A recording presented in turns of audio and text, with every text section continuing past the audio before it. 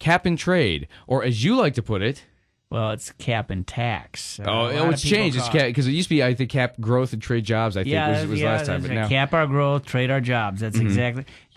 Here's an interesting story. I saw this today in today's paper. I want to say it was the Wall Street Journal. Australia, which has been a leader for cap and trade, and by I want to set the record. I do want to see us reduce emissions. I think there's a number of things that we can do to promote green jobs. I'm all for that. I'm going to be at KVCC in Western in the next week or so. We're making some good announcements in terms of what they're doing on wind and solar. I mean, good things that are happening. We need to pursue all those. We need more conservation. We talked a little bit off the air about the bottle bill. You're a recycler.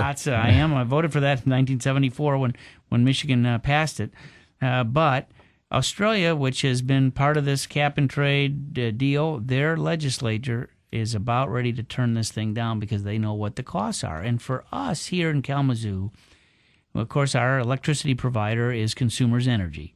They came out. I'm shaking my fist at the stand. So darn you. Well, they said that because of this bill, your utility rates are going to go up by 40%. Now, here's where the skeptic in me kicks in, and I actually had this discussion off there earlier with someone, and the problem that I have is 40% is a dramatic number. I mean, if you say to me that any of my obligations, your rent, your food, your anything is going to go up by 40%, your jaw kind of like, oh my, that's like almost half over again. But then after the shock value wears off, I have to wonder.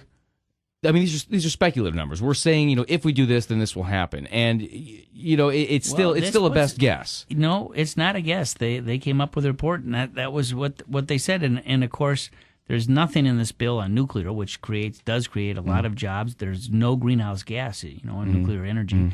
And we look at two counties to our west here, Van Buren and Berrien. The largest taxpayer is the two nuclear plants over there.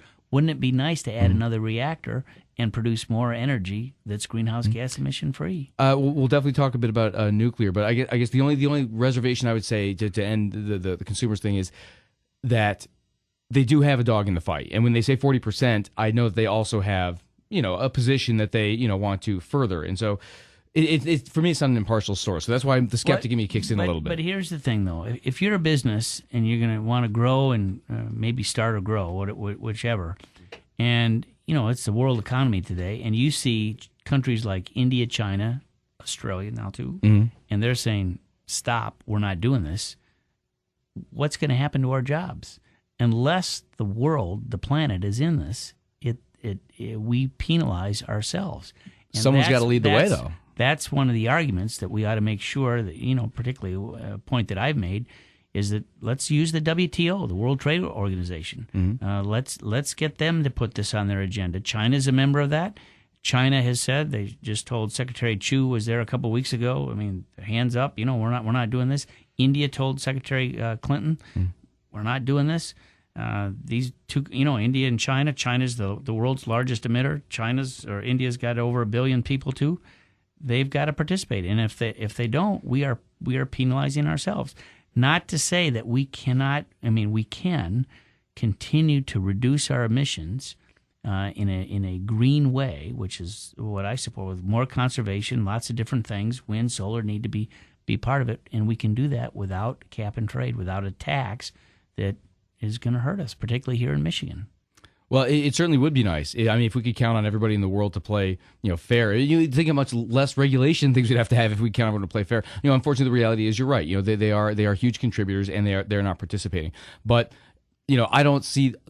For me, I don't necessarily take that as a valid reason not to be the leader, not to say, well, that's okay if you're not going to. We're going to do it. We're going to set the example. We're going to set the higher standard, and maybe someday they'll fall in line. But we can't let that deter us, perhaps. But that's just it'd be nice. We'll see whether the Senate, but it was a very narrow vote in the House with the cap and trade. They did not allow an amendment to take that provision out, passed by just a handful of votes.